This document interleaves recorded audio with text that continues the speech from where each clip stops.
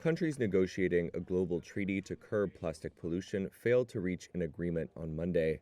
While more than 100 nations wanted to cap plastic production, a handful of oil producers were prepared only to target waste.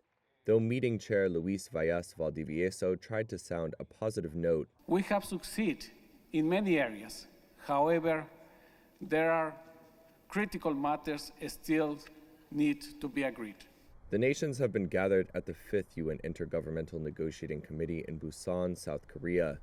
It was intended to yield a legally binding global treaty and was meant to be the last gathering of its kind. However, countries could agree only to postpone key decisions and resume negotiations later on. At the talks, they remained divided on the basic scope of a treaty. The most contentious items include capping plastic production, managing plastic products, and chemicals of concern. Also, the issue of financing to help developing countries implement the treaty.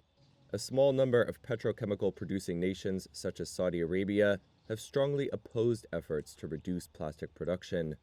They have tried to use procedural tactics to delay negotiations.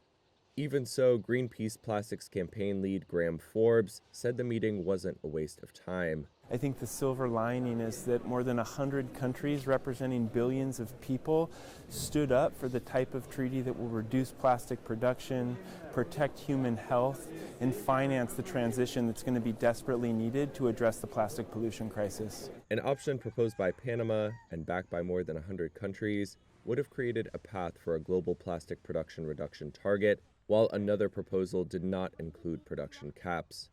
The fault lines were apparent in a revised document released by the meeting's chair on Sunday, but that document could still form the basis of a treaty later on.